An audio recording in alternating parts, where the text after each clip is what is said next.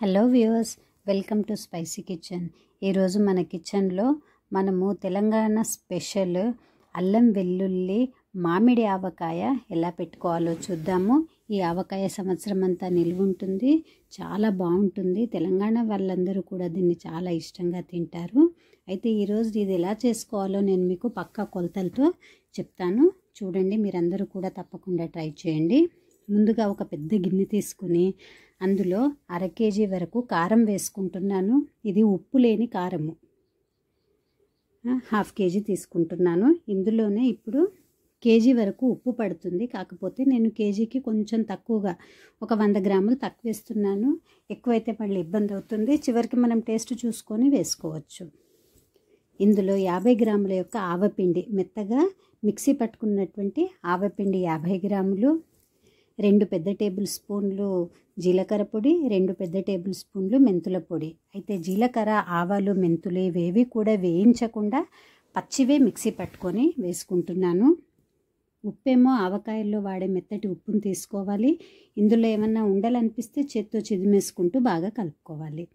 ఇందులో ఇప్పుడు పొట్టు తీసి మిక్సీ పట్టుకున్నటువంటి 1/2 కేజీ అల్లం పేస్ట్, 1/2 కేజీ వెల్లుల్లి పేస్ట్ని వేసుకోవాలి. ఇప్పుడు ఈ మిశ్రమాన్ని అంతటినీ కూడా బాగా కలుపుకోవాలి. బాగా కలుపుకున్న తర్వాత ఇందులో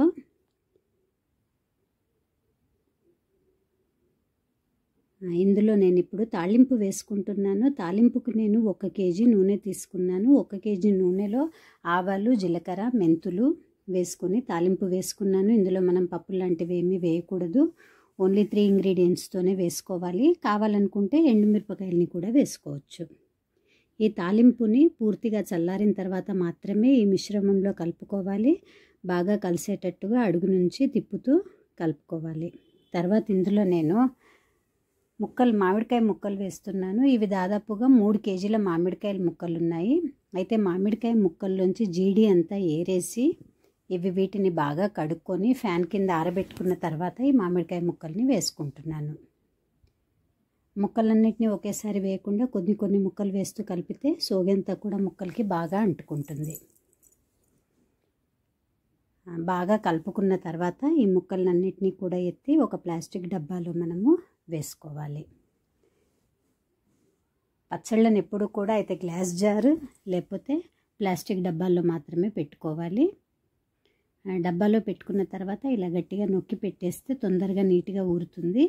మూత పెట్టి పెట్టుకోవాలి. 3వ రోజుకి మళ్ళీ మనం దీన్ని ఓపెన్ చేసి చూస్తే పచ్చడి చూడండి, ఆవకాయ చాలా ఊరింది. బాగుంది కదా, నూనె కూడా పైకి వచ్చింది.